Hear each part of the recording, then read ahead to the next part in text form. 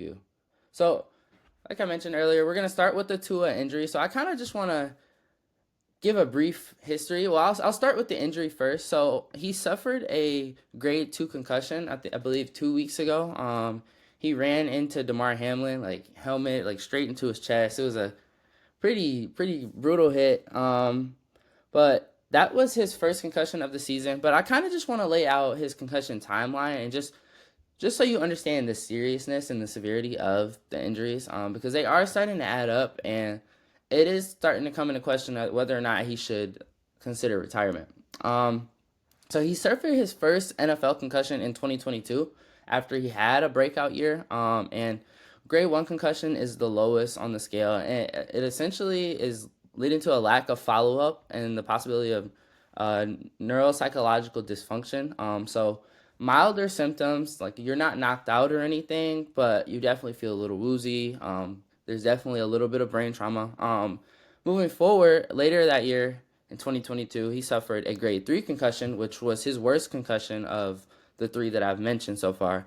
And essentially, a victim just loses consciousness for 5 minutes or more following the trauma, and the symptoms of the concussion can last weeks or months before they begin to subside.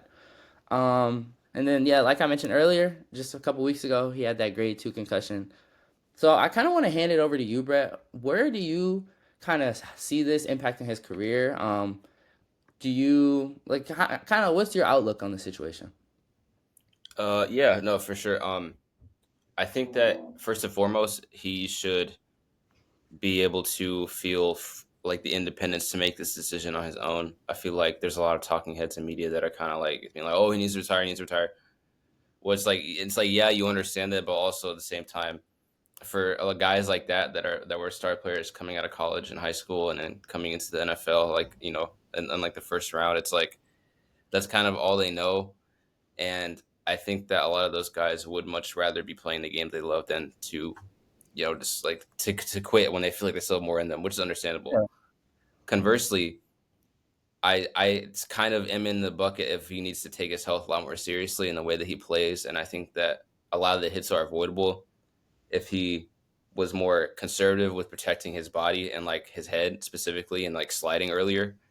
I think he slides late a lot, and he also doesn't really protect himself from hits well, like when he's in the pocket, because he's a competitor. He wants to fight for extra yards, but also at the same time, it's like he has to kind of. I feel like you can't really think about like everything that like has happened to you in the moment while you're playing, obviously, or else you're gonna. I mean, QB is a mental sport; it's gonna impact you greatly, but um, he has to have that somewhere in the back of his mind to be like, I need to protect myself because at the rate that I'm going, like it's going to cause chronic issues down the line, probably like, symptoms of CTE, which can show up, months, years, decades down the line before it even like Fully becomes a impacts thing. you, yeah. Yeah, before it fully impacts them. And you see really sad cases with people like, Aaron Hernandez, Antonio Brown, etc. And I would hate for him to end up in a situation like that to where he felt like he's no longer in control of his mind.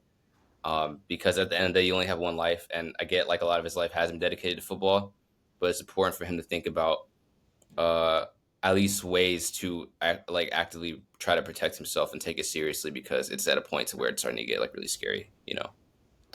I pretty much echo everything you said. And I think it's hard coming from like just from I'm trying to put myself in his shoes as a competitor. Like everyone was on him like, "Oh, in that situation, he should have, slid, or maybe he shouldn't have tried to leave with contact because they already had the first down, and he should know that." And like, yes, like after the fact, you can point out all of that, but like you mentioned earlier, like in the game, in the moment, and yes, he should have the understanding. Like, I probably shouldn't be putting myself like taking this much of a risk. But he's also a competitor. He's live in action, and like I just think he wanted to go for the extra couple of yards, and I can't be mad at him for it. But yeah, like you said, you have to know to protect yourself and not put yourself, especially this early in the season, put yourself at risk.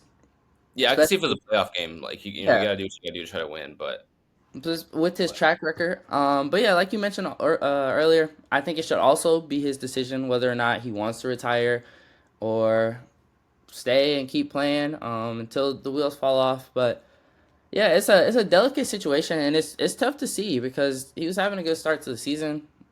And you don't like to see guys get hurt, and it was just pretty unfortunate. But I think people were being a bit too hard on him. Um, I just agree. yes, in the moment, I don't think it's as easy.